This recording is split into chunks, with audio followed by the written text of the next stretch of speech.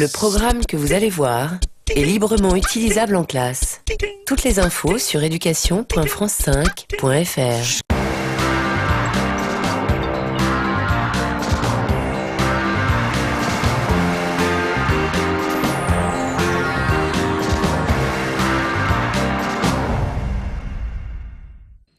Alors, je présente tout de suite nos deux intervenants. Alain Prochians est né en 1948, il est neurobiologiste, il est directeur de recherche au CNRS et son centre de recherche est à l'École normale supérieure de la rue d'Ulm. Je ne passe sur toutes ses réalisations et les distinctions. Il est membre de l'Académie des sciences, je le signale quand même au passage. Je préfère indiquer un certain nombre de ses livres depuis... le premier que j'ai eu entre les mains, c'était à la fin des années 80, c'est les stratégies de l'embryon en 1988. Mais depuis lors, il y a eu beaucoup d'autres choses. La construction du cerveau, 89. Les variations de Darwin par Alain Prochians et Jean-François Perret chez Odile Jacob en 2005. Les anatomies de la pensée chez Odile Jacob en 97. La biologie dans le boudoir. Ça aurait pu convenir à hier, en 1995, etc. Notre autre intervenant, parce que c'est pas forcément le second, puisqu'on va tirer au sort l'ordre d'intervention, est Dominique Lestel, né en 1967, qui est éthologue et philosophe. Il est maître de conférences à l'École normale supérieure. Là encore, je ne parlerai pas de ses recherches, mais plutôt de ses publications. Je m'en tiens aux plus récentes. Les origines animales de la culture, chez Flammarion en 2001. L'animal singulier, aux éditions du Seuil en 2004. Et Les animaux sont-ils intelligents, édition Le Pommier en 2006, cette année même. Donc, alors maintenant, je demande à ce qu'on tire qu'une main innocente, ou en tout cas chanceuse, tire le nom de l'un des deux, de notre urne. Voilà, vous avez trouvé, donc dites-nous. Alain Prochians. Pardon ? Alain Prochians. Alain Prochians. C'est Alain Prochians qui va commencer et ensuite on passera à Dominique Lestel. Merci. Donc, bonsoir, je voudrais remercier l'Université de tous les savoirs et le professeur Michaud et son équipe qui font un travail tout à fait extraordinaire, qui je pense est un travail très important au moment où il est nécessaire de plus en plus, bien entendu, de faire entrer la connaissance en démocratie et la science en particulier. Je crois qu'il faut rendre hommage à cette entreprise qui, j'espère, va durer longtemps et continuer à se développer pour que chacun puisse, où il soit dans la société, prendre connaissance du débat qui peut s'instaurer dans une cité scientifique où il y a plus de doutes que de vérités à énoncer. Et c'est pour ça que je suis particulièrement ravi de participer chaque fois qu'on me le demande à cette entreprise qui est une entreprise, je dirais, non pas de salut public, parce que ça rappelle de mauvais souvenirs, mais une entreprise tout à fait utile au public et à la science aussi. Donc être ou ne pas être un animal, c'est pas comme ça qu'il faudrait le dire. C'est le point de vue que j'aimerais développer en quelques minutes, c'est que pour l'homme, la question c'est comment être et ne pas être un animal, l'un et l'autre. Et la question, évidemment, je ne vais pas revenir trop loin en arrière, mais je vais revenir à Darwin. Somme toute, c'est quand même avec lui que ça va commencer. C'est la démonstration, si on peut dire, par Charles Darwin, que nous descendons, entre guillemets, d'un ancêtre commun que nous avons partagé avec le singe. Parce que si on veut vraiment faire la séparation, voir où est la barrière, c'est, disons, il y a environ 7 millions d'années, au moment où nous nous sommes séparés, au point de vue des lignées évolutives, des chimpanzés et gorilles, d'un côté, et puis sapiens de l'autre. Sapiens, c'est nous. Donc, mais nous ne sommes pas nés il y a 7 millions d'années. C'est-à-dire qu'il faut savoir que sapiens, les premiers sapiens, au mieux ou au pire, c'est il y a 200 000 ans. Hein, peut-être moins, probablement moins. Donc, ce qu'il faut saisir, c'est que nous sommes une espèce extrêmement jeune. Au regard de l'évolution des formes animales, et même des formes vivantes simplement, environ 3 milliards d'années, 200 000 ans, c'est très peu de choses. Donc nous sommes une espèce très très jeune. Beaucoup d'espèces ont vécu plusieurs dizaines, voire centaines de millions d'années. Donc nous sommes au début de notre histoire de Sapiens, et peut-être même à la fin, peut-être que nous sommes une espèce jeune et fulgurante, ce qui n'est pas forcément, écoutez, une espèce beckettienne, d'une certaine façon. Donc c'est quand même avec Darwin que, contre ce qui pouvait être imaginé comme un créationnisme, eh bien que d'une certaine façon on sent et on comprend et on théorise la continuité de l'homme et de l'animal, c'est-à-dire que l'homme est un animal. Darwin fait revenir les origines de l'homme aux Acidies, c'est-à-dire qu'il va bien au-delà du singe, mais restons simplement sur le singe. Et la question qui se pose à Darwin, c'est évidemment la question de la religion, c'est-à-dire que les forces les plus militantes, je dirais, contre cette idée que nous sommes des animaux, viennent du sentiment religieux et de la doctrine religieuse, c'est-à-dire que nous n'avons pas été créés par un Dieu. Darwin est athée. Donc ça, c'est la première chose. On trouve la religion au début de cette affaire de la séparation, au nom de la non-séparation entre l'homme et les animaux. Et vous verrez qu'on retrouvera probablement la religion à la fin. Il y a encore aujourd'hui, dans plusieurs pays, et ce n'est pas une vague qui diminue, c'est une vague qui augmente, des mouvements qui sont des mouvements créationnistes et qui remettent en cause la théorie darwinienne de l'évolution. Quand Darwin met en avant cette affaire d'évolution, il s'impose un dogme, c'est-à-dire qu'il y a un dogme qui devra être battu en brèche plus tard, qui est le dogme que la nature ne fait pas de saut. Natura non facit saltum. Donc, à partir de là, l'évolution ne peut être que graduelle et continue par l'accumulation de petites variations. C'est-à-dire que pour Darwin, il y a des raisons sur lesquelles je ne vais pas insister pour qu'il fasse ça, ce sont des raisons aussi idéologiques, mais il ne peut pas penser la création rapide d'une nouvelle espèce. Donc ça pose un problème parce que, comme je viens de vous le dire, la création de l'espèce humaine, l'apparition de l'espèce humaine a été une apparition extrêmement rapide. Donc là, il y a une question importante, c'est-à-dire celle du continu, celle du progressif, versus quelque chose qui est discontinu et qui est de l'ordre de l'éruption extrêmement rapide, violente, l'apparition violente d'une espèce nouvelle. Donc cette question de la progression, c'est-à-dire que c'est aussi la question du qualitatif et du quantitatif. Il y a un moment où il s'est passé, je crois que ça il faut l'admettre, je pense, il s'est passé quelque chose dans l'histoire des hominoïdes qui a permis l'apparition, qui a créé l'apparition de l'espèce à laquelle nous appartenons, qui est une espèce très particulière. Alors, ça va m'obliger pendant quelques minutes à discuter un petit peu sur les problèmes de quantitatif, c'est-à-dire comment est-ce qu'on peut mesurer la rapidité d'apparition d'une espèce. Alors, c'est une question difficile parce que, bien sûr, on parle je ne suis pas aveugle, c'est-à-dire que Sapiens est différent des autres, alors, des autres primates. Même des primates très avancés comme les chimpanzés, qui sont les primates les plus proches de nous. Et quand on dit qu'on s'est séparés il y a environ entre 7 et 10 millions d'années, c'est pas énorme, mais c'est quand même pas rien. C'est-à-dire que c'est pas les 200 000 ans. C'est-à-dire que, vous voyez, il s'est passé des choses entre il y a 7 ou 8 millions d'années et il y a 200 000 ans.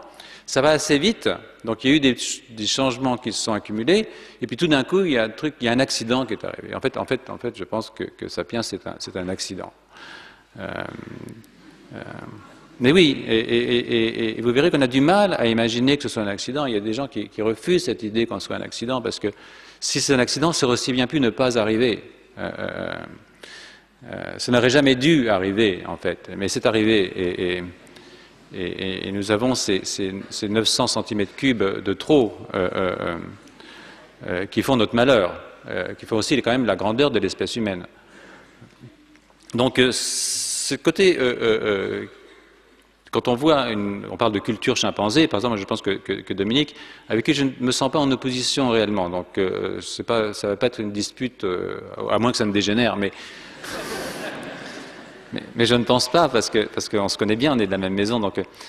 Mais on parle de culture chimpanzé, mais vous savez, quand on vous parle de culture chimpanzé, c'est toujours la même chose, c'est le chimpanzé qui met un bâton dans la fourmilière, c'est le singe qui lave des pommes de terre, c'est le clasp handing, ou bien comme ça, ou bien le singe qui apprend à faire comme ça, quand il est changé de tribu, mais bon, c'est pas les cathédrales, c'est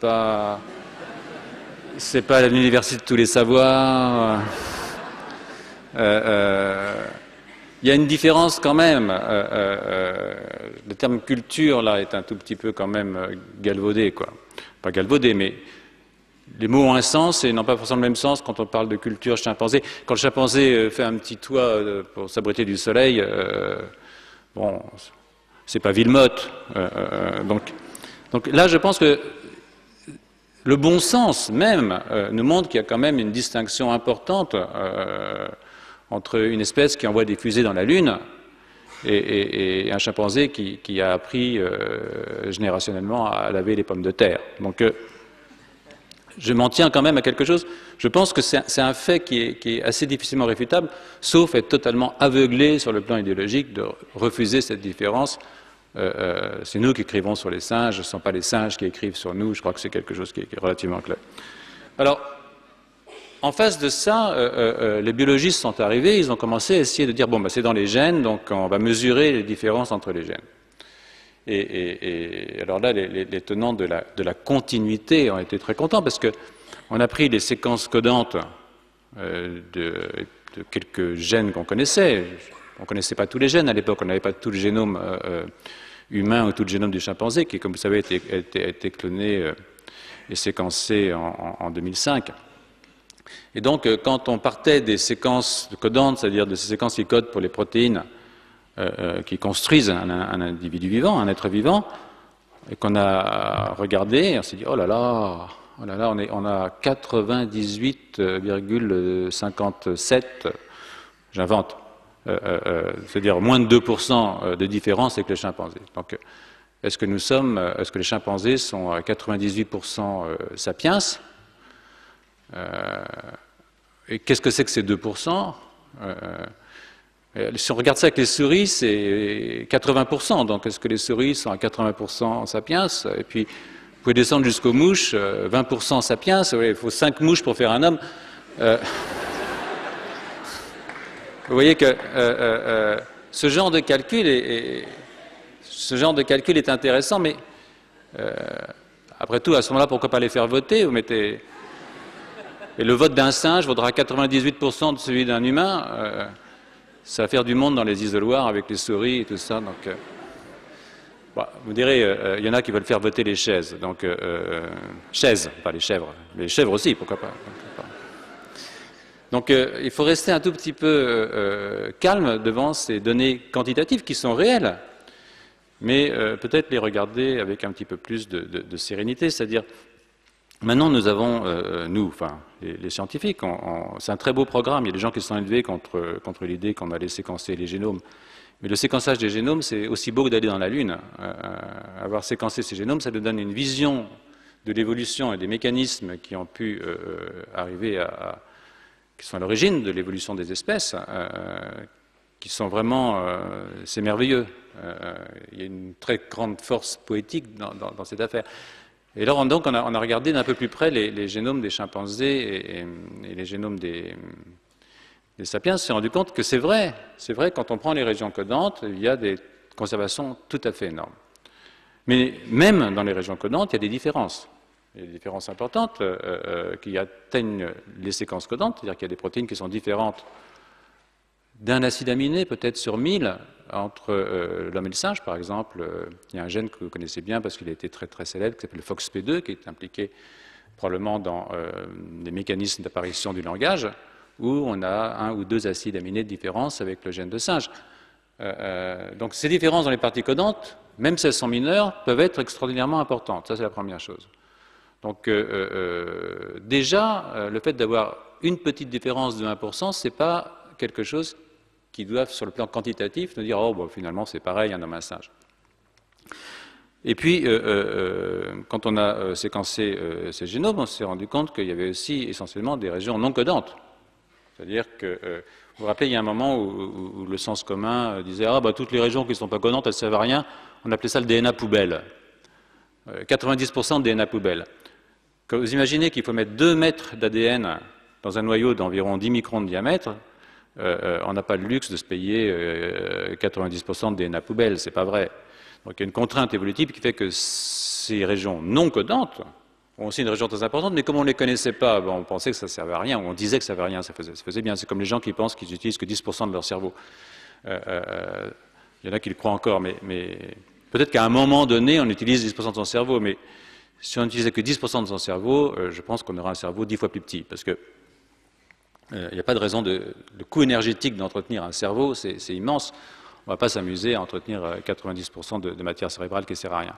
Donc, au fond, pour un biologiste un petit peu conséquent sur le plan évolutif, tout ce qui ne sert à rien n'existe pas. Donc, ces 90% de séquences non codantes sont des séquences très importantes, ce qu'on appelle des séquences régulatrices. Et aujourd'hui, on se rend compte que ces séquences régulatrices sont fondamentales pour ce qui est de l'évolution des espèces. Et quand on regarde les séquences régulatrices, je vais revenir aux séquences codantes quand même. Les séquences codantes, même si ce sont les mêmes entre le singe, disons Pan troglodytes ou Pan paniscus, on va dire le chimpanzé, ce qui est notre plus proche cousin, et nous, ces séquences il y a des petites différences, comme je vous ai dit, mais il y a aussi les niveaux d'expression qui ne sont pas les mêmes. Quand on regarde les niveaux d'expression, on se rend compte qu'il y a des différences qui vont jusqu'à 10 ou 13%, ce qui est quand même autre chose que 1%. Et puis il y a des régions non codantes qui sont des régions qui déterminent à quel moment et pendant combien de temps les gènes s'expriment. Et ça, c'est quelque chose de fondamental. Si vous avez un gène qui est impliqué dans la prolifération des cellules du système nerveux, au moment où je fais mon cortex, s'il s'exprime 2 fois plus, je risque d'avoir un cerveau 2 fois plus large. Donc, la durée d'expression et le niveau d'expression, la durée d'expression et l'endroit où s'exprime un gène, et ça, c'est pas dans la séquence codante, c'est dans les séquences régulatrices, sont des choses extraordinairement fondamentales pour comprendre aussi les différences qu'il y a entre les différentes espèces. Donc les travaux très récents, enfin, il y a plein de, je vous donnerai des références si vous voulez, mais il y a des travaux extrêmement récents qui viennent de l'étude des génomes, et en particulier des chimpanzés et d'une autre, c'est le génome de Pan troglodytes qui a été fait, c'est pas paniscus, donc c'est pas le bonobo, c'est l'autre chimpanzé, montre que dans ces séquences non codantes, il y a des différences extraordinairement significatives. Alors, et puis on peut faire ça, et puis on peut regarder aussi des séquences qui sont codantes, mais qui ne codent pas pour des protéines. Il y a eu un prix Nobel récemment, 2 prix Nobel, le dernier, là, de médecine, de biologie, attribué à des gens qui se sont intéressés à ce qu'on appelle les ARN régulateurs. Donc ils ne codent pas pour des protéines, et là on se dit, oh, ça ne sert à rien tout ça. On se dit, ça sert beaucoup.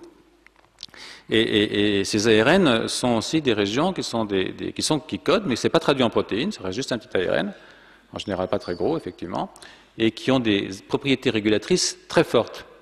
Donc, il y a un article qui est sorti, je crois, de Pollard et compagnie et al. Dans Nature il n'y a pas très longtemps, où ils ont cherché des régions qui ont évolué très vite dans les génomes. Ils se sont rendus compte qu'ils ont trouvé 49 régions qui ont évolué très vite dans le génome humain. Et parmi ces régions, c'est des régions qui codent essentiellement pour des ARN régulateurs. Donc, il est honnête de dire qu'on ne sait pas très bien encore, sur le plan de la structure et sur le plan de l'évolution, quel est le rôle de toutes ces séquences non codantes, mais il est certain qu'on connaît très très peu de la physiologie des génomes. Donc il faut rester prudent et il ne faut pas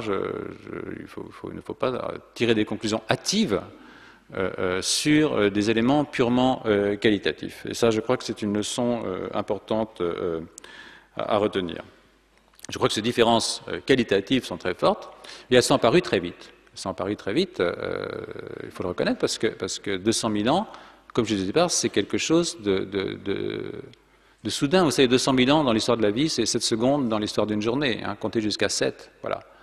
Donc l'apparition de l'homme reste un mystère. Et bon, c'est pas un mystère religieux, c'est un mystère scientifique, c'est-à-dire qu'il va falloir comprendre, et je pense que grâce à l'étude des génomes, on va réussir à le comprendre, comment cette évolution, qu'est-ce qui s'est passé il y a 200 000 ans en gros, pour que tout d'un coup apparaisse une espèce qui a la conscience. Hein. En plus, il n'y a pas uniquement que les neurones dans le cerveau, il y a les cellules gliales, il y a de la biologie cellulaire derrière. Le rapport entre les cellules gliales et les neurones est quelque chose de très très fondamental aussi quand on parle de métabolisme d'un cerveau.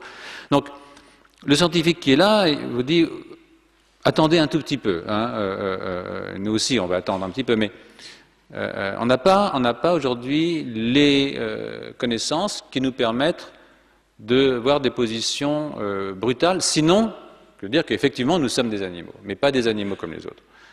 Alors, bon, il y a une chose que je dis souvent et qui est un petit peu aussi primitive, mais il y a un rapport évident entre la surface du cortex, le nôtre fait 2 mètres carrés. Hein. La surface, parce que le cortex, c'est comme un plan, hein, c'est 2 mètres carrés, c'est 4 mm d'épaisseur. Et puis, la surface corporelle, hein, mais si on essaye de faire une corrélation entre la surface du cortex et la masse corporelle et la surface corporelle, on se rend compte que c'est linéaire, c'est-à-dire que fondamentalement, bon, tous les animaux sont des organismes sensorimoteurs qui se déplacent consciemment, c'est-à-dire qu'ils sentent, ils intègrent et puis ils bougent. Dès qu'on passe dans le genre Homo, alors là on peut passer Homo erectus et puis Homo habilis, le néandertalien et Homo sapiens, on voit qu'on sort de cette collinarité. Il y a du matériel en plus, il y a du cerveau en trop. Hein, quand je disais que, alors nous, le cerveau en trop, il y en a énormément, parce que notre cerveau en trop, c'est quand même 900 cm3 sur 1300. C'est-à-dire que si on devait rapporter, de calculer sur la base de ce qu'il y a dans les autres espèces, y compris les chimpanzés, hein, eh bien on se rendrait compte que nous, on devrait avoir, vu notre taille corporelle, bon, je suis petit, mais on devrait avoir entre 400 et 500 cm3. Hein. Or, on a ces 900 cm3 de plus qui ont des fonctions qui sont caractéristiques des fonctions de notre espèce et qui sont venues, je le répète, avec une rapidité déconcertante. Alors, il va falloir comprendre ça et il va falloir aussi vivre avec, parce que c'est un accident qui s'est produit rapidement et c'est difficile à penser, un accident, parce que ça veut dire que ça aurait pu ne pas arriver. Et ça en est fallu d'un poil. Et ça ne s'est produit qu'une fois.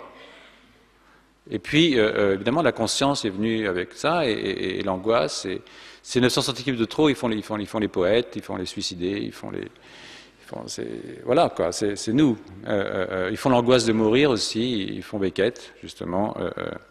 Et si j'insiste sur Beckett, c'est parce que je vais terminer tout de suite en essayant de comprendre pourquoi il y a des gens qui refusent d'admettre que nous sommes, et nous ne sommes pas des animaux, que nous sommes des animaux très particuliers, qu'il y a une vraie barrière, en fait, entre nous et l'animal.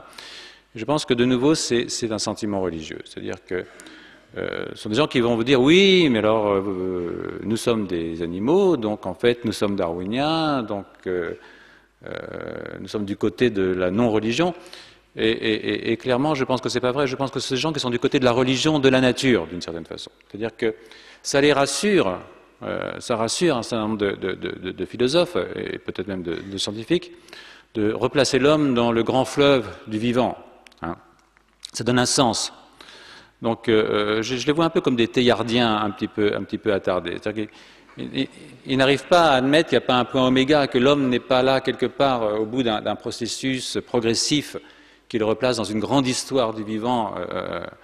Et non, ça c'est un point de vue philosophique que je défends, donc je sors de mon terrain, mais je pense que malheureusement non. C'est-à-dire que l'homme, comme disait Jacques Monod, est un tzigane, hein. C'est-à-dire qu'il est là, il n'y avait pas d'avant, il n'y aura pas d'après, il n'y a pas de sens.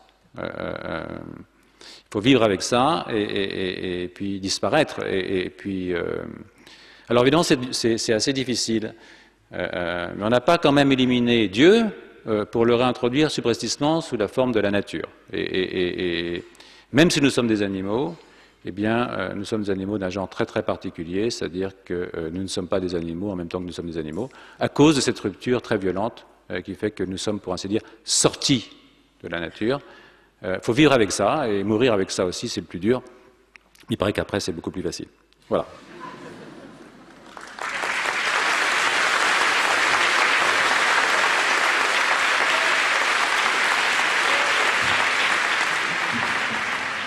Et Dominique Lestel, à vous. Bon, c'est toujours très, très difficile de parler après Alain Prochantz, qui est un de mes congénères, mais néanmoins un collègue. Tout à fait brillant et en particulier le sens de l'humour. Alors on pourrait se poser la question si précisément le sens de l'humour n'est pas une des caractéristiques de l'humain. Et le fait est que beaucoup de gens, beaucoup de philosophes, d'écrivains, de scientifiques se sont posé la question de savoir comment est-ce qu'on pourrait caractériser l'humain, comment est-ce qu'on pourrait caractériser le rapport de l'homme avec l'animal.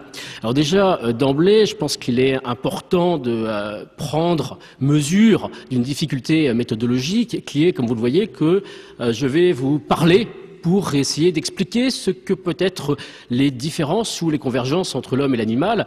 Je pourrais essayer de vous le feuler, de vous le miauler, de vous le hennir, de vous le barrir, bref, d'essayer d'utiliser les moyens que l'animal a à sa disposition pour parler du propre de sa propre espèce ou de propre de l'humain. On pourrait essayer d'imaginer une espèce d'écrivain ou de philosophe à l'ego spécifique démesuré qui écrirait l'histoire d'un éléphant philosophe qui essaierait d'écrire un traité sur le propre de l'homme. Alors là, ce serait très intéressant parce que ce serait un animal qui essaierait de caractériser le propre de l'homme du point de vue d'un autre animal et non pas du point de vue de l'humain. En d'autres termes, comme vous le voyez, nous sommes dans cette question à la fois juge et partie. C'est toujours nous autres humains qui essayons de comprendre ce qu'est le propre de l'homme. Alain a dit tout à l'heure que c'est l'une des grandes différences entre le chimpanzé et l'humain, c'est que c'était toujours les humains qui écrivaient sur les chimpanzés et pas l'inverse. Alors on peut se demander où est la sagesse, de quel côté est la sagesse, mais le fait est que, du point de vue du scientifique, je suis obligé de reconnaître que factuellement c'est vrai. Alors, la question qui peut se poser est de savoir comment on peut caractériser ce propre de l'homme. Donc il y a je vous dis, des philosophes, des écrivains, des penseurs qui ont essayé d'aborder la question. Puis il y a des écrivains aussi qui se sont, j'ai envie de dire, même quelque peu désespérés sur la question. Par exemple, Romain Gary, qui s'est beaucoup intéressé à toutes ces questions du rapport entre l'homme et l'animal, disait que l'humain, c'était finalement une sale histoire dans laquelle on était tous impliqués. Et il y a un peu de vrai là-dedans. Mais les philosophes un peu positifs, je dis pas positivistes, et les scientifiques de même acabit ont essayé de déterminer ce que pouvait être la différence entre l'homme et l'animal, en particulier avec cette fameuse notion de propre de l'homme. Alors le propre de l'homme, fondamentalement, c'est cette idée qu'il existe une caractéristique de l'humain qui permet de reconnaître à coup sûr l'humain d'un animal. Il existe une caractéristique qui permettrait de pouvoir déterminer à coup sûr qui est humain et quoi ne l'est pas. Et cette recherche du propre de l'homme a pris des directions multiples. Par exemple, on a essayé de montrer que certaines caractéristiques anatomiques de l'humain pouvaient être considérées comme un propre de l'homme. Par exemple, la bipédie. Rappelez-vous ce fameux philosophe qui considérait que l'homme était un bipède nu, qui caractérisait l'homme comme un bipède nu, et le mauvais élève Diogène du fond de la classe agitant un poulet plumé en disant « ceci est un humain, ceci est un humain », et incontestablement, le poulet plumé était un bipède nu. Mais ce n'était pas véritablement un humain. D'autres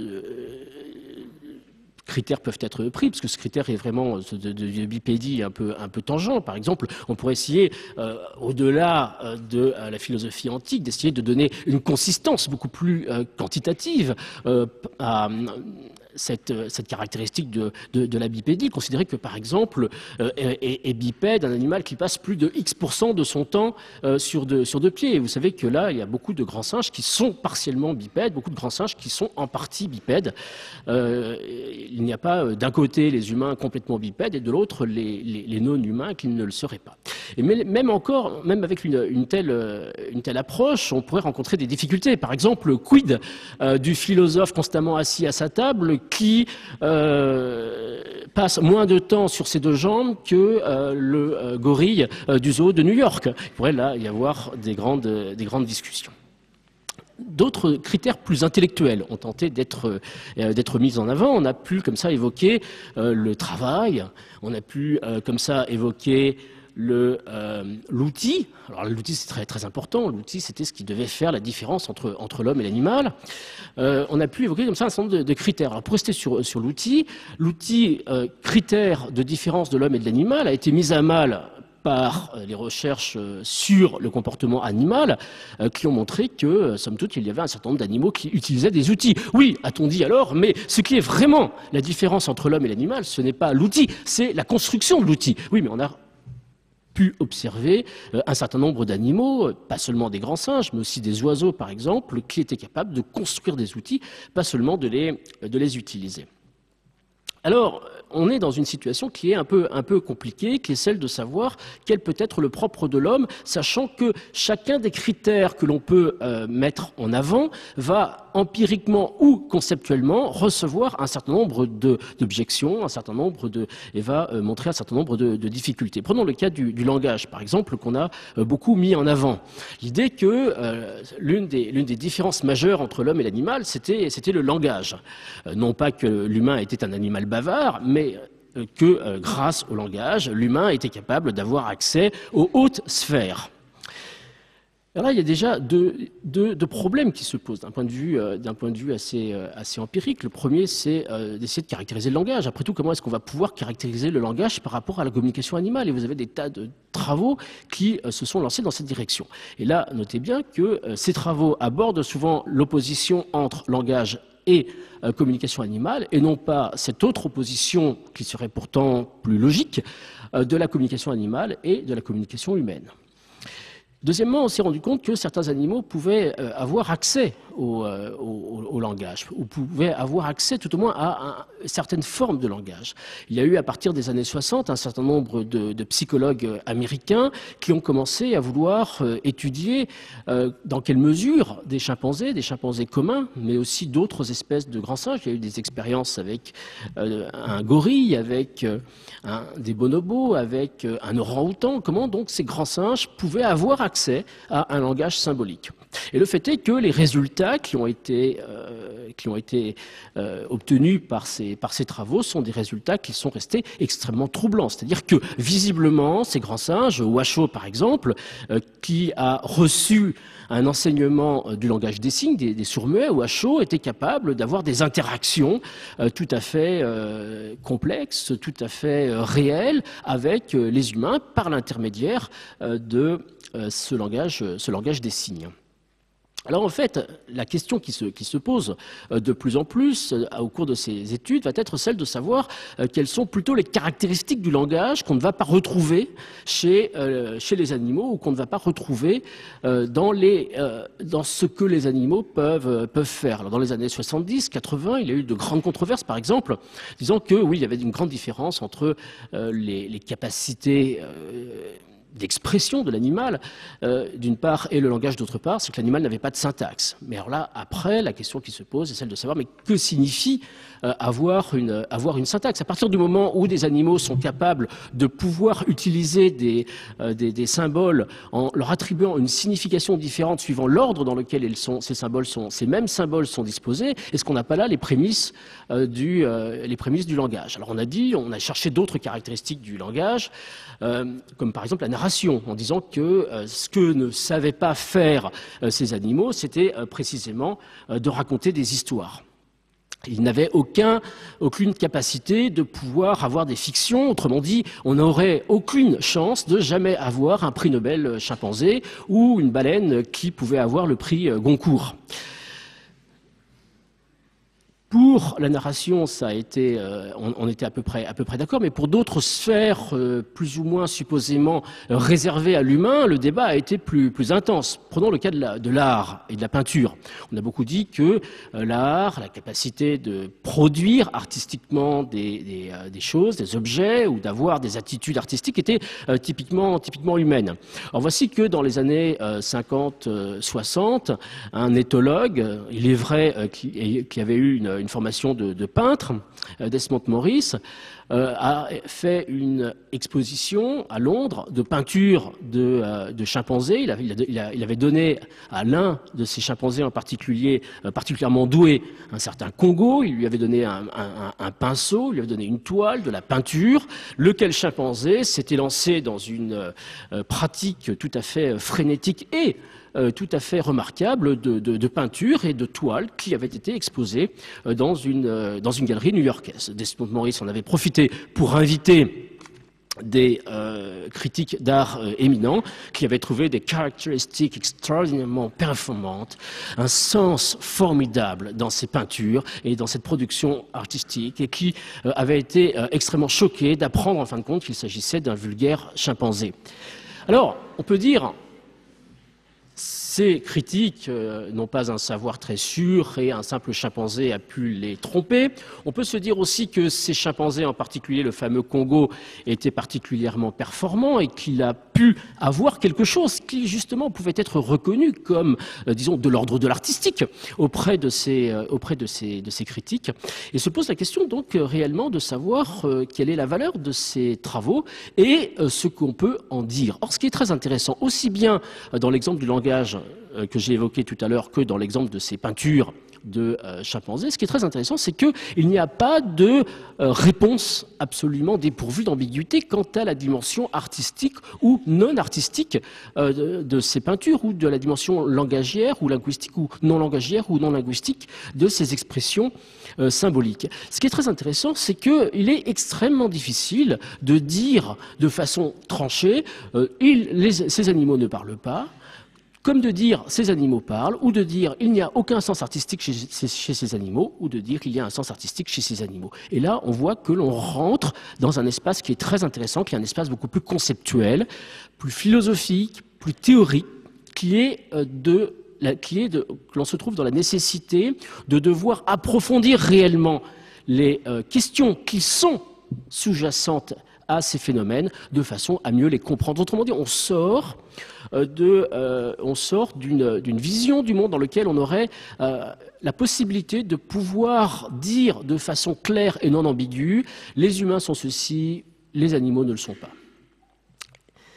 À ce propos, sur la question des cultures animales, je serai, alors là c'est le début de la dispute qui va s'engager, je serai quelque peu plus réservé que mon ami Alain sur cette question. Effectivement, quand on commence à prendre des chimpanzés primitifs qui vivent dans la forêt, on va avoir des cultures dans la façon de casser des noix ou de s'abriter ou d'avoir certains gestes. Mais si on prend des chimpanzés civilisés comme ceux qui vivent dans les laboratoires de recherche américains, par exemple, on va se rendre compte qu'ils ont des différences comportementales avec d'autres chimpanzés qui sont beaucoup plus importants. C'est des chimpanzés qui adorent regarder la télévision, ils ont des préférences quant au programme, ils adorent boire du Coca-Cola. C'est des vrais American chimpanzees, C'est des vrais chimpanzés américains, c'est des professional chimpanzees qui sont, depuis qu'ils sont tout petits, dans des laboratoires de recherche où ils font des expériences et où ils sont habitués à être dans des situations que l'on pourrait qualifier de psychologiquement déstabilisantes pour un animal non préparé, mais ceux-ci sont plutôt préparés. Alors, donc, on est dans une situation dans laquelle il est extrêmement difficile de pouvoir dire de façon non ambiguë, ceci est de l'ordre de l'humain, ceci n'est pas de l'ordre de l'humain. Et là, on rencontre véritablement l'une des première difficulté fondamentale d'une notion comme celle du propre de l'homme. En ce sens que une notion comme celle de propre de l'homme ne peut être qu'une notion totalement non ambiguë. C'est-à-dire que, à partir du moment où vous allez négocier la notion de propre de l'homme, on n'est plus exactement dans le propre de l'homme. Il faut que le propre de l'homme soit quelque chose de clair et radical. On ne peut pas avoir des états intermédiaires, des états que d'aucuns caractériseraient peut-être de crépusculaires, dans lesquels on aurait des espèces d'humano-animaux ou d'animano-humains ou de... La logique même du propre de l'homme requiert que l'on puisse déterminer de façon non ambiguë ce qu'est ce propre de l'homme. Et là, on voit qu'il y a deux types de problèmes fondamentaux dans le propre de l'homme, des problèmes théoriques d'une part et conceptuels, et des problèmes empiriques d'autre part. Alors déjà, comment pourrait-on essayer de caractériser de façon un peu claire ce propre de l'homme auquel tant de penseurs éminents, forcément éminents, ont fait allusion durant un certain nombre de siècles de réflexion et de discussion sur ce qu'était l'humain. Je pense qu'on pourrait au mieux caractériser le propre de l'homme comme étant une caractéristique de l'humain qui distingue l'humain de tous les autres animaux, mais qui distingue tellement l'humain des autres animaux que cette caractéristique fait sortir l'humain de l'animalité. Ça, c'est un point qui est absolument fondamental. C'est-à-dire qu'il y a des tas d'animaux qui ont des caractéristiques qu'on ne retrouve chez aucun autre animal. Par exemple, les oiseaux jardiniers de Nouvelle-Guinée vont décorer leur nid avec une espèce de peinture infâme faite en écrasant des baies et d'autres matériaux. Pour attirer les femelles, bien sûr, c'est les mâles qui font ça pour attirer les femelles, mais ils sont les seuls à faire ça. Et personne ne parle du propre des oiseaux jardiniers. Le propre de l'homme, c'est vraiment de faire sortir l'homme de l'animalité. À partir de là, donc, il y a un certain nombre de difficultés épistémologiques qui se posent. Alors la première, déjà, qui est rarement posée, mais qui me semble absolument fondamentale, c'est celle de savoir si nous sommes déjà suffisamment intelligents pour aborder cette question et pour traiter cette question. Je vous ai dit au début quand nous étions juges et partis, et nous avons tendance toujours à perdre un peu cette idée que finalement nous arrivons toujours dans nos jugements aux conclusions auxquelles nous aspirions peu ou prou avant même d'avoir lancé le débat. Et la question de savoir si nous, humains, sommes assez intelligents pour pouvoir penser la différence que nous avons avec les autres animaux est une question qui mérite d'être pensée. Peut-être que d'un point de vue évolutionniste, nous avons une capacité psychologique un peu ignorée des psychologues qui est de nous leurrer sur notre propre nature et de pouvoir fournir à des questions métaphysiques fondamentales, en particulier celle de savoir qui nous sommes, des réponses totalement délirantes en pensant que ces réponses sont tout à fait acceptables. Il s'agirait là d'une capacité à pouvoir se satisfaire psychologiquement de réponses qui sont conceptuellement délirantes. Deuxièmement, il y a d'autres questions qui se posent, il y a d'autres problèmes théoriques, conceptuels, épistémologiques qui se posent. J'en donnerai un ou deux autres. La question de l'ethnocentrisme, par exemple, et puis de l'anthropomorphisme. On parle beaucoup d'anthropomorphisme. L'anthropomorphisme, c'est cette faculté ou ce handicap, diraient plutôt les spécialistes du comportement animal, qui nous pousse à projeter sur le comportement de l'animal des caractéristiques à travers lesquelles nous analyserions le comportement de l'humain. Mais il ne s'agit pas d'humain, donc il s'agirait d'une faute de raisonnement. Donc cet anthropomorphisme, c'est-à-dire cette façon de voir l'animal comme s'il s'agissait d'un humain, serait tout à fait préjudiciable. Comme dit la philosophe anglaise Pamela Asquith, après tout, avec un chimpanzé avec lequel on partage plus de 95% de nos gènes, peut-être que l'anthropomorphisme, après tout, n'est pas aussi handicapant qu'on pourrait le croire. Mais, surtout, on oublie en général, et c'est absolument frappant lorsqu'on essaie de comparer l'homme et l'animal, non seulement notre anthropomorphisme, mais également notre ethnocentrisme. C'est-à-dire que nous prenons comme étant des caractéristiques fondamentales de tout humain, des caractéristiques qu'un ethnologue caractériserait plutôt comme des caractéristiques qui seraient plutôt caractéristiques de nous autres occidentaux. Il est intéressant de voir à cet égard, et c'est un point qui avait été bien mis en avant par le naturaliste et pionnier de l'écologie Aldo Leopold, que l'éthologie, la science du comportement animal, s'est constituée non seulement à travers l'émergence d'un savoir positif sur l'animal, mais aussi en érigeant des barrières contre toute la concurrence sauvage. Quand vous faites de la physique théorique, vous n'avez que des physiciens théoriciens qui ont passé des doctorats dans les universités qui peuvent entrer en dispute avec vous sur la question de l'animal, du comportement de l'animal, de la psychologie de l'animal. Vous avez une concurrence sauvage énorme. Vous avez les éleveurs, les dresseurs, les chasseurs, les propriétaires d'animaux, etc. Toutes sortes de gens qui ont un savoir sur l'animal qui n'est pas un savoir universitaire, mais qui est néanmoins un vrai savoir acquis à travers la familiarité et la vie en commun, et la notion me semble très importante, la vie en commun avec l'animal, qui a été un peu rejetée. Et donc, à travers cet ethnocentrisme, nous avons tendance à aborder la question du propre de l'homme, malheureusement. Je donnerai un exemple de cet ethnocentrisme à propos de la musique, un exemple parlant à propos de la musique. Est-ce que les oiseaux font de la musique ou non? Alors ça, c'est une question qui est une vraie question, qui est une question ouverte. Beaucoup d'éthologues et de zoologues auraient tendance à dire non, les oiseaux ne font pas de la musique, c'est une interprétation de notre part que les oiseaux font de la musique, c'est purement fonctionnel, c'est pour attirer les femelles, c'est pour défendre des territoires. Il y a, bref, des comportements qui peuvent très bien expliquer pourquoi certains oiseaux chantent. Le problème, c'est que, d'abord, ces explications ne sont que très imparfaitement satisfaisantes. Et puis, deuxièmement, on peut se poser la question de ce que l'on peut dire de ce chant d'oiseaux dans la perspective d'une histoire de la musique et d'une histoire de la musicologie. Or, quelqu'un comme François-Bernard Mache, par exemple, qui est un compositeur de musique dans la lignée de Messiaen, mais également un musicologue, considère que l'histoire de la musique est très intéressante pour prendre cette question, pour aborder cette question de la nature du chant des oiseaux. En effet, dit-il, jusqu'au début du XXe siècle, aucun musicien occidental n'avait réussi à considérer comme musique la musique indienne et la musique chinoise. Pour nous, ça ne fait plus aucun doute. La musique indienne et la musique chinoise sont des vraies musiques, des musiques différentes de nos musiques occidentales, mais de la vraie musique. Or, jusqu'au début du XXe siècle, il était absolument extraordinairement difficile, voire impossible, de considérer que ces musiques étaient vraiment des musiques. Et pour quelqu'un comme François-Bernard Mache, vis-à-vis de certains chants d'oiseaux, on est dans une situation similaire. C'est-à-dire que nous sommes dans une situation culturelle qui nous empêche d'entendre comme musique ces chants d'oiseaux. Et lui avait eu une réflexion extrêmement intéressante un jour où j'en discutais avec lui. Il me disait, moi j'écoute les oiseaux avec mon oreille de musicien. Et mon oreille de musicien me dit tout à fait autre chose que ce qu'en disent les éthologues. Les éthologues essaient d'avoir des visualisations objectives du chant des oiseaux, mais ils n'écoutent pas suffisamment les oiseaux. Et moi, musicien, écoutant les oiseaux, j'ai une vision qui est beaucoup plus... autre, certes. Il ne contestait absolument pas la démarche éthologique, mais qui est autre et qui, et ça, ce point est très important, devrait être prise en compte pour pouvoir aborder la question des différences entre l'homme et l'animal. Quels sont les enjeux, et je vais finir sur ce point, quels sont les enjeux du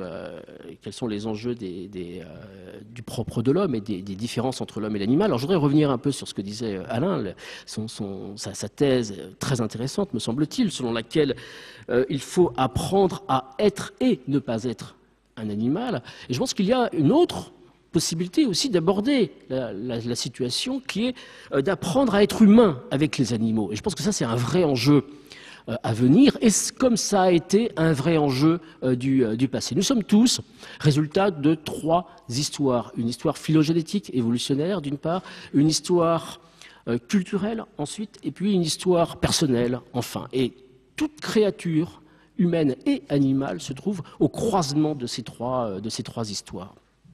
Et au cours de notre histoire phylogénétique, de notre histoire culturelle et de notre histoire personnelle, nous avons été en contact avec des animaux. Et non seulement nous avons été en contact avec des animaux, mais nous avons opéré des agencements, ce que j'ai envie d'appeler des agencements, c'est-à-dire des alliances ontologiques, des alliances extrêmement profondes, des alliances qui ont été des vraies alliances identitaires entre les animaux et nous-mêmes. Il y a un penseur américain absolument inconnu en France, Paul Shepard, qui a beaucoup travaillé sur ces questions et qui qui expliquait à longueur de livres que le rapport à l'animal avait été extrêmement important dans la constitution de l'humain. Autrement dit, il ne faut pas penser l'humain contre l'animal, mais il fallait penser l'humain tout contre l'animal. C'est-à-dire que l'homme est devenu humain dans cette perspective, et c'est très important, l'homme est devenu humain par ses associations, par ses agencements, par ses convergences culturelles avec l'animal. Autrement dit, même si nous sommes différents au plan biologique, et ça nul ne le nierait de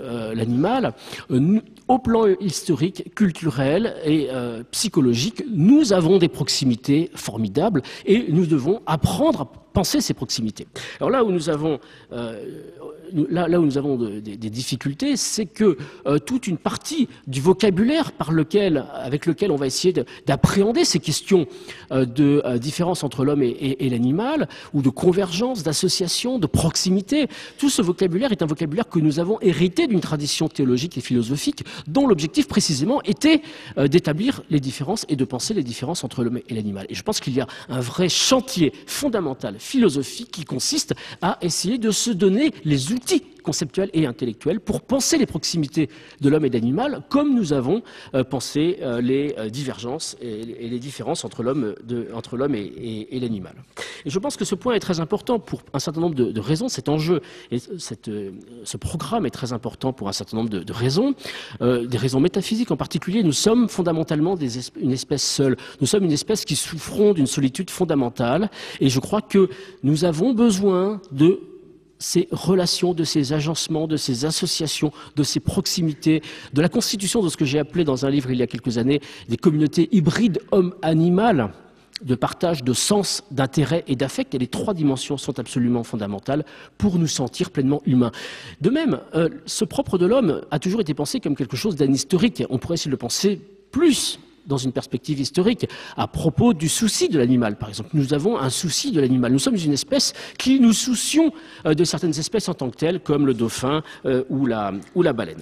Enfin, et pour conclure définitivement, ici, l'un des enjeux aussi à venir est celui des relations que nous allons avoir avec les machines et en particulier avec les artefacts, avec une certaine autonomie que nous développons aujourd'hui.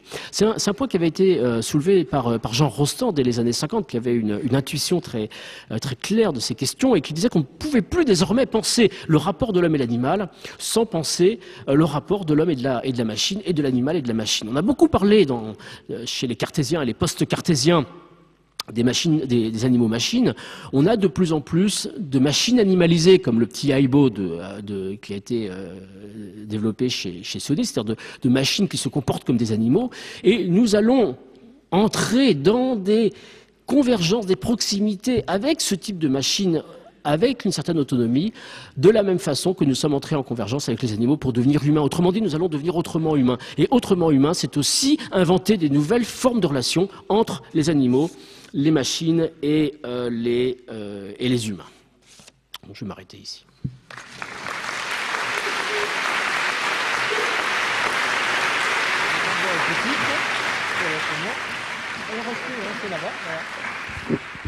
Bon, nous allons entamer le débat et la manière la plus simple, c'est de demander tout de suite à Alain Prochance de réagir à ce que vient de dire, ou tout partie de ce que vient de dire Dominique Lestel. Oui, enfin pas sur peut-être 2-3 points. C'est-à-dire que il y a la question scientifique. Et la question scientifique, je pense qu'on ne peut pas la résoudre tout de suite. Enfin, c'est quand même la question de qu'est-ce qu'une espèce. Donc, moi, j'ai jamais essayé de me reproduire avec un non-humain, mais je pense que ça marcherait pas. Donc, pour l'instant, il y a quand même une définition de l'espèce humaine, comme de toutes les espèces, qui est que nous sommes chaque espèce est différente. Donc ça, la question de la différence entre espèces, elle est plus ou moins réglée à ce niveau-là, même si on peut imaginer des formes, des mulets, ou ça va pas très loin. Donc la question scientifique, je pense qu'elle est intéressante, elle n'est pas réglée, et la question c'est pas celle du propre, parce qu'il y a un propre de l'homme, comme il y a un propre du chien, comme il y a un propre du canard, bien entendu. Mais ça appartient à la définition des caractéristiques et des propriétés d'une espèce. Ce qui nous intéresse, moi, ce que je pensais qu'on devait traiter, c'est la question de la barrière, c'est-à-dire à quel moment, parce que comme nous appartenons à l'histoire du vivant, nous sommes darwiniens, nous sommes matérialistes. Bien entendu, nous avons un ancêtre commun avec le singe et avec la mouche aussi, 600 millions d'années. Mais à quel moment il s'est passé quelque chose qui fait qu'on peut se poser la question, que ne se pose jamais un singe, de cette barrière.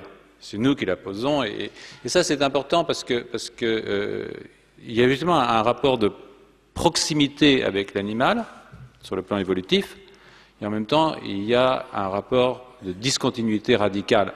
Et c'est cette chose-là qu'il faut être capable au-delà des polémiques et des amusements, et je pense qu'il n'y a pas vraiment de polémique, cette chose-là, c'est une chose qui est importante de penser, et c'est une question qui est à la fois une question scientifique, qui a été posée également de façon non scientifique, qui a été posée par les philosophes, bien entendu. C'est une question philosophique. Est-ce que l'animal est une machine? Tu y as fait allusion. Bon, le cartésianisme... quels sont les rapports qu'entretient, comment la proximité d'un animal avec un homme modifie l'homme ou modifie l'animal. Bien entendu, nous sommes des communautés vivantes et le rapport qu'on a avec les animaux domestiques n'est pas le même que celui qu'on a avec des animaux sauvages. Et c'est clair qu'il y a une modification qui se produit dans une interaction entre les espèces qui sont en présence, mais aussi avec les machines. Bien entendu, c'est-à-dire que l'homme est modifié par son milieu. Nous sommes tous aujourd'hui des animaux-machines, bien plus que des animaux-chiens. Si aujourd'hui je décidais qu'on arrête tous les ordinateurs, plus aucun d'entre nous ne pourrait vivre extrêmement longtemps. C'est-à-dire que nous sommes devenus des cyborgs. La bicyclette a remplacé le cheval à un moment, et puis le tracteur, et puis aujourd'hui l'ordinateur prolonge mon cerveau, comme la bicyclette avait prolongé mes jambes. Donc c'est sûr qu'il y a aujourd'hui quelque chose qui se produit de l'ordre de l'hybride homme-machine, qui est aussi quelque chose qui modifie l'homme. Et ça, c'est pas tellement étonnant. C'est une question philosophique qui est intéressante, qui est à penser par les philosophes. Et en tant que scientifique, je me contenterai de poser la question, moi, de ce moment où il s'est passé un truc qui fait qu'on est sorti de l'animalité. On était encore, parce que bien sûr, nous sommes des animaux. Puis il y a la question poétique, qui est magnifique. Bien entendu, il y a la question poétique. Bon, Ovid, tous les poètes se posent, il y a Kafka, ça a été traité par énormément de littérateurs, cette question de l'homme et de l'animal. Je suis frappé que un musicien, il écoute les oiseaux, et il l'écoute comme un musicien. C'est normal, je veux dire, sinon il ne serait pas musicien. Mais il y a un type qui disait, c'est curieux, comme la nature fait des levées de soleil comme Courbet. Avant Courbet, on ne le savait pas. Donc la nature, c'est pas un animal. Donc c'est sûr que Sapiens, il est dans un milieu et il regarde, et c'est aussi un être de connaissance qui n'est pas uniquement de connaissance scientifique, qu'aussi de connaissances littéraires, artistiques, philosophiques, et que tout ce qu'il vit et de tout ce qu'il voit et que tout ce qu'il ressent modifie sa pensée. Ce n'est pas un truc purement génétique, un animal. Il y a de l'épigénèse, il y a de l'apprentissage, il y a de la modification, les réseaux neuronaux bougent, on s'habitue. Et nous sommes des communautés avec les animaux. Mais cela, pour moi, ne change rien au fait qu'à un moment donné, eh bien, il y a quelque chose qui a dérapé. Et tu l'as très bien dit à la fin, et d'une certaine façon, je suis content que tu l'aies dit, on ne veut pas être seul. Ben si, on est seul. Voilà, relisez Monod, relisez Pascal, relisez Montaigne. Oui, nous sommes seuls, et c'est très dur à accepter, je le sais bien, mais c'est pas par ça que moi j'accepterais qu'on invente de nouvelles religions. Je ne veux pas empêcher les autres de le faire, mais en ce qui me concerne, je ne pense pas qu'on puisse accepter de cette béquille. Je pense qu'il faut être avec les animaux courtois. Aussi courtois qu'ils le seraient si nous on allait dans la jungle. On a vu, leur courtoisie serait probablement assez limitée. Donc je n'ai aucune envie de faire souffrir les bêtes. De là à les traiter comme je traiterais un autre sapiens, je pense qu'il y a une très grosse différence pour moi, parce que sapiens, c'est mon frère, et les animaux, s'ils sont utiles, pourquoi pas, je veux dire, j'en mange. Hein, beaucoup de gens en mangent. Il y a des civilisations où on n'en mange pas, mais ça c'est une question de culture. Mais les sapiens a développé des cultures qui lui permettent de régler son rapport avec la nature, et toutes les cultures sont évidemment respectables. Mais je suis tout à fait hostile à l'idée que les animaux aient des droits, par exemple. Je pense que nous avons des devoirs vis-à-vis des animaux, ça c'est clair. Des devoirs que nous nous imposons nous-mêmes en tant que société humaine, c'est-à-dire qu'on peut décider qu'on va avoir le devoir de ne pas faire souffrir un animal. Ça ne me dérange pas, au contraire, je pense que c'est très bien. Mais ce n'est pas un droit qu'ont les animaux, c'est un devoir que nous nous imposons. C'est nous qui faisons la loi, ce ne sont pas les animaux. Donc à partir du moment de là, les sociétés décident de comment elles veulent organiser leur rapport avec les êtres non humains ou avec la nature. Hein. Qu'est-ce qu'on va faire avec le réchauffement de la planète ? Qu'est-ce qu'on va faire avec le cycle de l'eau? Oui, bien entendu, ce sont des questions qui sont des questions importantes. Mais quand on pense, la question qui était posée par le professeur, c'est la barrière, alors je crois que penser la barrière, c'est penser ce moment, parce que c'est un moment, hein, j'ai dit une seconde, c'est un moment où il s'est passé quelque chose de catastrophique qui fait que voilà, que nous sommes là, quoi. La meilleure chose qui puisse arriver à l'homme, c'est de ne pas être né, mais il est toujours trop tard quand il s'en aperçoit. Donc voilà, quoi.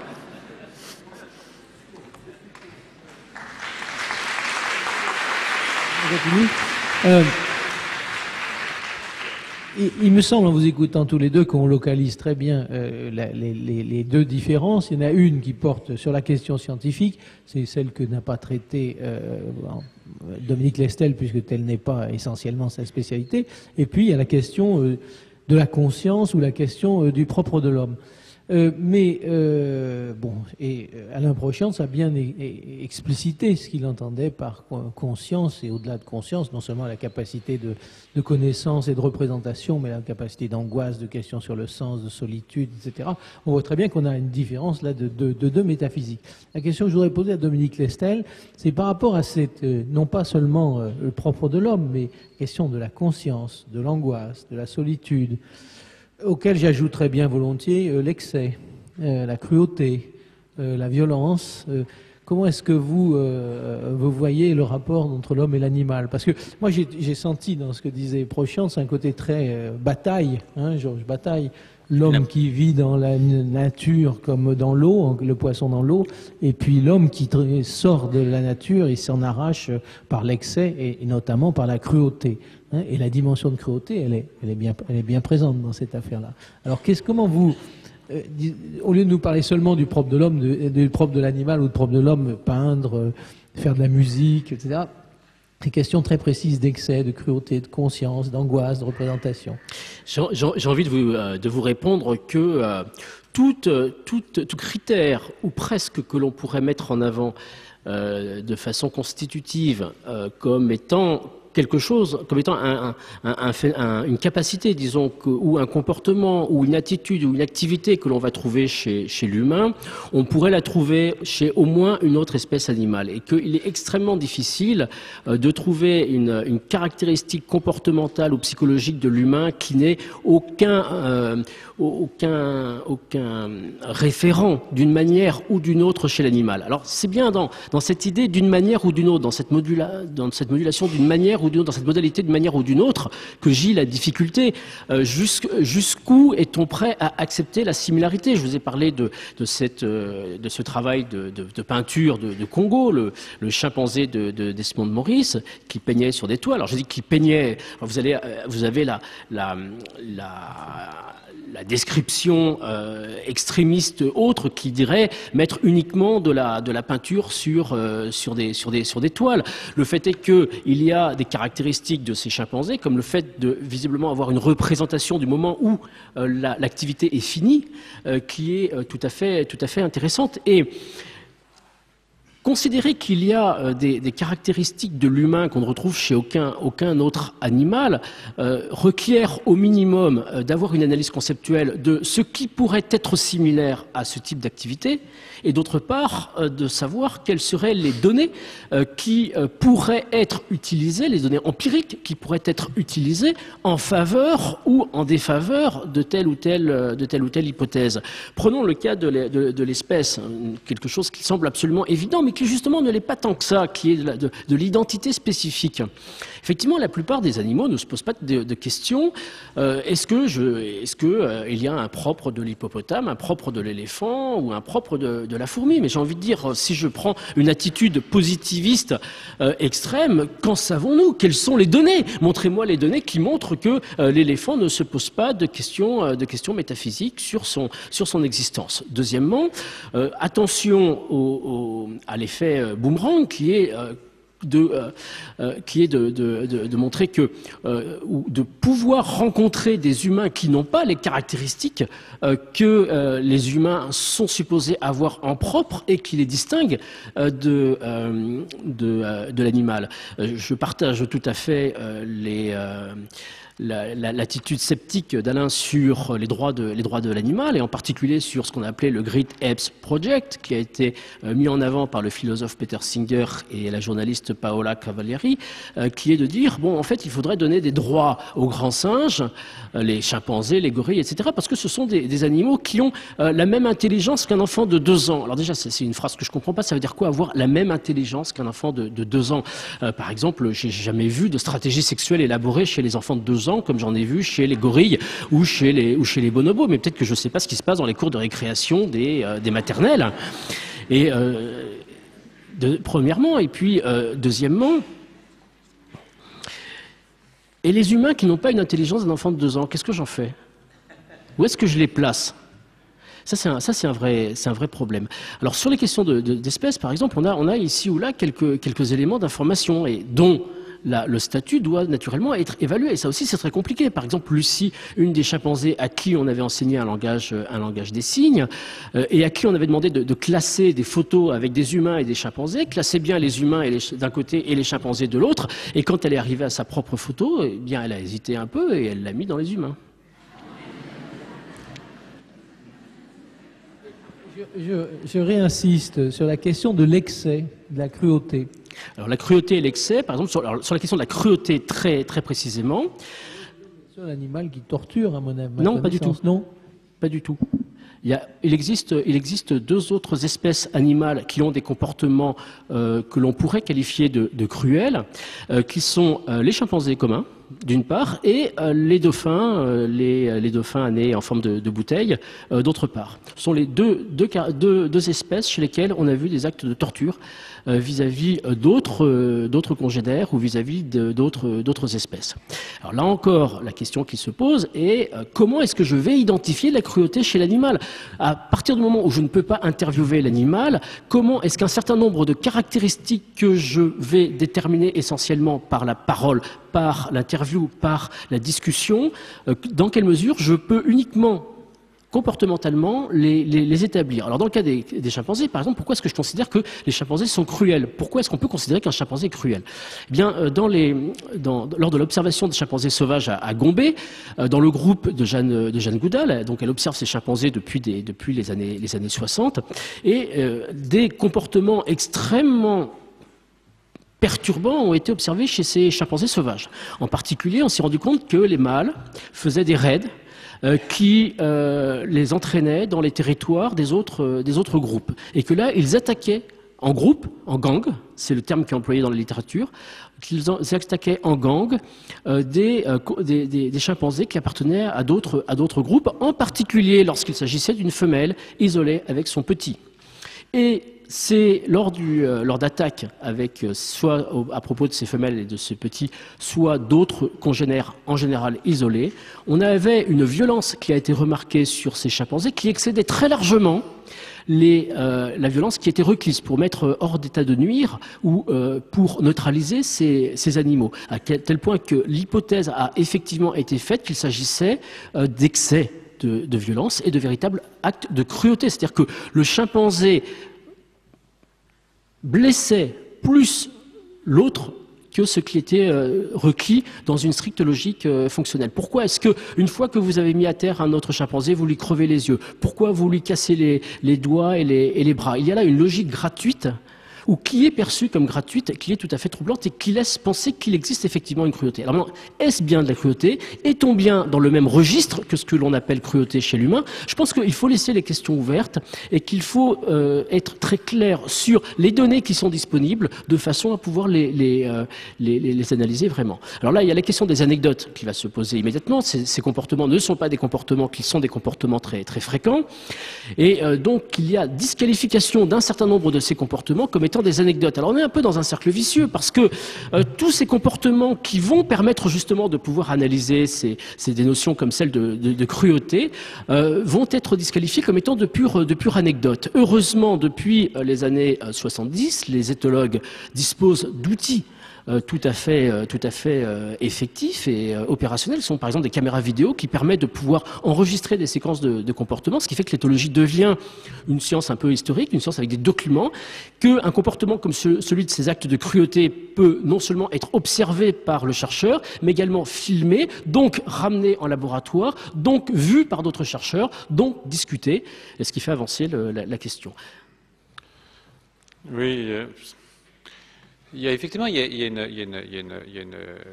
à la fois une continuité et une discontinuité. Je perçais un seul message ce soir, c'est celui-là. C'est-à-dire que comment penser à la fois ce caractère de continuité, qui justifie la recherche scientifique sur les animaux, puisque travailler sur la mouche, ou travailler sur le chimpanzé, ou travailler sur la souris nous permettent de comprendre des mécanismes qui sont aussi à l'œuvre chez Sapiens et qui permettent de comprendre d'abord la connaissance fondamentale, de comprendre ce que c'est qu'un être vivant, aussi comprendre ce que c'est que l'individuation, pourquoi, ça je vais y revenir dans un instant, et puis éventuellement de fabriquer, c'est un bénéfice secondaire, mais pas toujours secondaire, quelques outils pour soigner ou pour guérir, prolonger la vie, puisqu'on y tient malgré tout. Donc, pas dire qu'il n'y a pas de continuité, mais il y a aussi une discontinuité qui est une discontinuité d'ordre culturel. Et là, j'aimerais revenir sur cette question de l'individuation. C'est-à-dire qu'il faut réaliser qu'il y a environ, je dirais, 100 000 ans, ou 150 000 ans, bon, nous étions 10 000 quelque part, probablement en Afrique centrale. On était tout nus, on n'avait pas de griffes, très peu de dents, et on est dans un état démuni incroyable. C'est-à-dire que si vous imaginez ce que c'est que le petit sapiens, quand il arrive, vous le connaissez, c'est-à-dire qu'il faut vraiment une organisation sociale très importante pour permettre la survie de cette espèce. Imaginez ce que c'est que ces 10 000 personnes dans un environnement totalement hostile, avec des animaux qui n'étaient pas forcément d'une très grande tendresse vis-à-vis de cet autre animal qui était nous. Et malgré ça, ça a obligé l'organisation sociale autour de la protection du petit, des liens interindividuels. Ça a évidemment poussé à la socialisation, à l'invention de formes de culture, l'invention de l'outil, l'invention du feu, l'invention des armes, l'invention de la technique, en quelque sorte. S'il y avait un propre de l'homme, ce serait quand même ça. C'est-à-dire que c'est par la technique. Nous sommes des animaux techniques parce que c'est la technique qui nous a permis de tenir. Puis il y a eu des bottlenecks, on est passé à 1000 et puis peut-être à moins que ça, puis ça rebondit. Et puis quand même, 100 000 ans plus tard, eh bien, on est 6 milliards. Et puis on est sur la Lune. Et puis donc il y a quand même quelque chose, évidemment, de continu, mais aussi d'extraordinairement discontinu qui a à voir avec cet organe. C'est 900 cm3 de trop dont je vous parlais de façon un peu ironique, mais qui nous ont quand même permis d'inventer les outils qui sont les outils de notre survie dans un environnement qui ne fait pas de sentiment, hein, je crois. Et ça, c'est quelque chose qui est très spécifique, je dirais, de l'espèce humaine, qui est cette force d'individuation. C'est-à-dire que, d'une certaine façon, l'individu humain continue de se développer, continue de s'individuer. L'individu change tout au long de l'existence en fonction des interactions qu'il a avec le monde, y compris avec le monde des animaux, des machines, le monde qu'il construit lui-même, hein, mais aussi le monde social, qui est évidemment une part absolument fondamentale de ce que c'est que l'homme, hein, c'est-à-dire une société extraordinairement poussée. Je ne dis pas qu'il n'y a pas des sociétés d'insectes, qu'il n'y a pas des sociétés de singes, bien entendu, mais le lien social chez Sapiens, même si ça prend des formes violentes, est un lien qui est un lien d'individuation. Alors il y a de l'individuation dans toutes les espèces, bien entendu, mais le degré d'individuation qui est chez Sapiens et qui a permis, qui permet et qui est permis par cet organe qui est là-haut et par finalement quand même les grandes inventions intellectuelles que Sapiens a apportées. Bon, pour le pire et pour le meilleur, hein, bien entendu. On est tous au courant de ce genre de débat, à savoir il y a du bien, il y a du mal dans toutes les inventions. Mais bon, c'est comme ça. Donc, ce que je veux dire, c'est que nous avons inventé des formes sociales d'existence qui sont des formes qui sont différentes d'ailleurs selon les latitudes. Hein. Montesquieu, c'est pas si loin. Mais c'est nous qui inventons ces formes, c'est nous qui inventons ce droit. Ça évolue, bien entendu, ça évolue, ça s'adapte. Hein. Ce sont des sociétés qui évoluent elles-mêmes, ce sont des cultures qui évoluent elles-mêmes, ce sont des cultures qui peuvent s'inventer. On va inventer de nouvelles cultures quand il y a de nouveaux outils qui apparaissent, quand il y a de nouveaux problèmes qui se posent. Et on invente du droit aussi. Hein. Le droit évolue aussi. C'est pas un droit qui est inscrit dans la nature, c'est un droit qui est inscrit dans nos cultures. Donc il y a quand même des choses qui sont, à mon avis, quand même extraordinairement spécifiques, permises bien sûr par notre nature. Hein. Si on n'avait pas ce cerveau, on ne pourrait pas faire ça. Mais en même temps, il faut quand même ouvrir les yeux. Nous sommes des animaux, bien entendu. Je suis darwinien, comme je dis, mais en même temps, nous sommes des animaux d'un genre très très particulier. C'est-à-dire que à nature, par nature. C'est comme ça que je pourrais le dire. Donc tous les autres débats philosophiques, je suis d'accord. On peut décider que dans une société, eh bien, on va respecter les animaux à l'égal. Et le droit fait qu'on décide qu'un enfant de 2 ans, même démuni, eh bien, c'est un sapiens et on le protège. Et que s'il y a un sapiens qui a un problème cérébral, eh bien, on le protège. Et s'il y a un vieux, on ne l'euthanasie pas. Et ça, c'est quand même, c'est le droit humain. Hein, donc, mais ce sont des constructions qui sont des constructions de nos sociétés. Et je pense que c'est très bien, personnellement.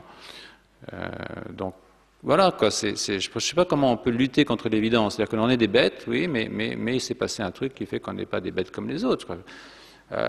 Est-ce que tu crois que le singe, quand il couche avec une guenon, il dit ce soir on fonde une famille? Non, je ne crois pas.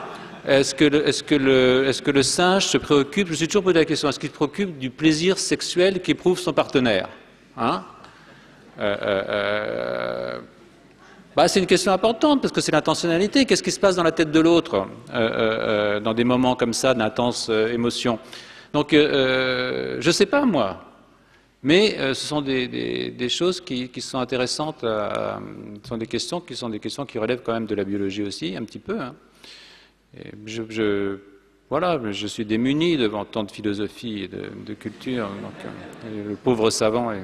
Là, je crois qu'on est au terme, mais juste une réaction de Dominique Lestel là, sur l'érotisme du chimpanzé.